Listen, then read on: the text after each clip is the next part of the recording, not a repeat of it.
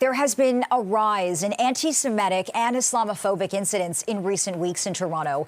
This past weekend, one person was arrested following 3 separate hate-motivated incidents this week. The 28-year-old man was arrested Saturday after several people were allegedly assaulted outside the Toronto Islamic Centre near Bloor and Yonge. Investigators say the suspect confronted the victims, threw a rock at them, and yelled derogatory slurs. According to police, the suspect also assaulted the victims with a bike chain. Now, police say the same suspect also assaulted a taxi driver near Front and Yonge Street last Wednesday. And that same day, he allegedly approached a woman wearing a hijab near Fort York and Spadina and sprayed her in the face with an unknown substance. Also late last week, this happened Friday, there was an incident at a Jewish school. The Anne and Max Tannenbaum Community Hebrew Academy of Toronto had to be evacuated. The school sent a letter to parents advising them that it had received an email claiming there were explosives in the school and the parking lot, along with a hateful message. All students were taken to a nearby synagogue. And for more on the rise in hate-related incidents, we are now joined by Barbara Perry. She is a professor and the director at the Centre on Hate, Bias and Extremism at Ontario Tech University. Thank you so much for joining us. Hello, good to be here. So I want to go through some of these recent police investigations in our city.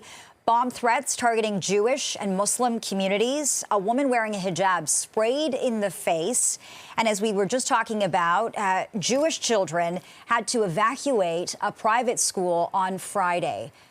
Those are just some examples. How would you describe what is happening in Toronto and what we're seeing? This is an unprecedented surge, I think, that we're seeing in Toronto and certainly across the country as well. The absolute numbers are almost unquantifiable. And of course, you know, what you've reported here are only those that we're aware of, and very often those that are reported to police, which is, you know, the very small tip of the iceberg. That is such an important point. Let me pick up on that. Are you worried that many of these hate crimes are going unreported? Because we are hearing that from a lot of communities who say they're on edge, and as a result, they're afraid to speak up.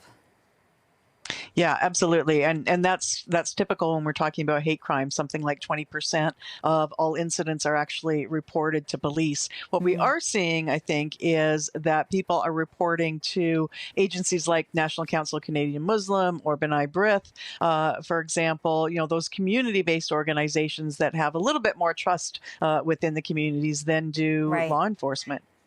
So some people are having trouble separating the conflict in the Middle East from people here at home who have nothing to do with this conflict.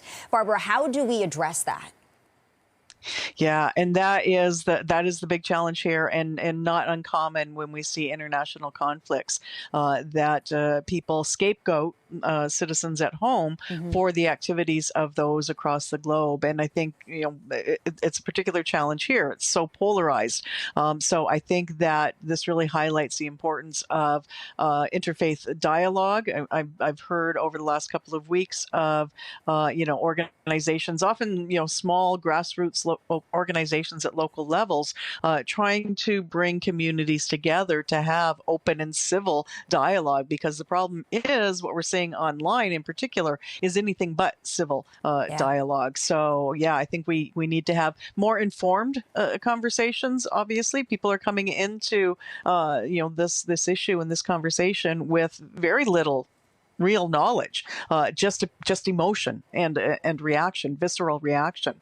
So I think we need to have you know, learned, informed, and civil dialogues across floors. Yeah, and I'm sure the online hate is unprecedented. Some of those conversations are incredibly toxic. I'll get to that in a minute. But the sharp rise in hate-related incidents, as you rightly pointed out, this isn't just a Toronto problem. In Montreal, 2 Jewish schools were shot at recently. In Ottawa, a mosque was smeared with feces. Can you talk about the community impact when something like this happens? Yeah, you can't overestimate the impact that this has on individual members of the community, and especially when we see see those kinds of attacks directed towards, public institutions, whether it's schools or places of worship, because those really are intended as message crimes. They're intended to be seen by, the maximum number of people, so as to instill fear and anxiety and, in fact, terror in the hearts of those individuals. So those who are aware of these incidents, and especially the fact that there's a campaign of violence, often have the same emotional reactions as those who have been directly targeted. So we can't underestimate how harmful and damaging. We're already hearing about people who are fearful.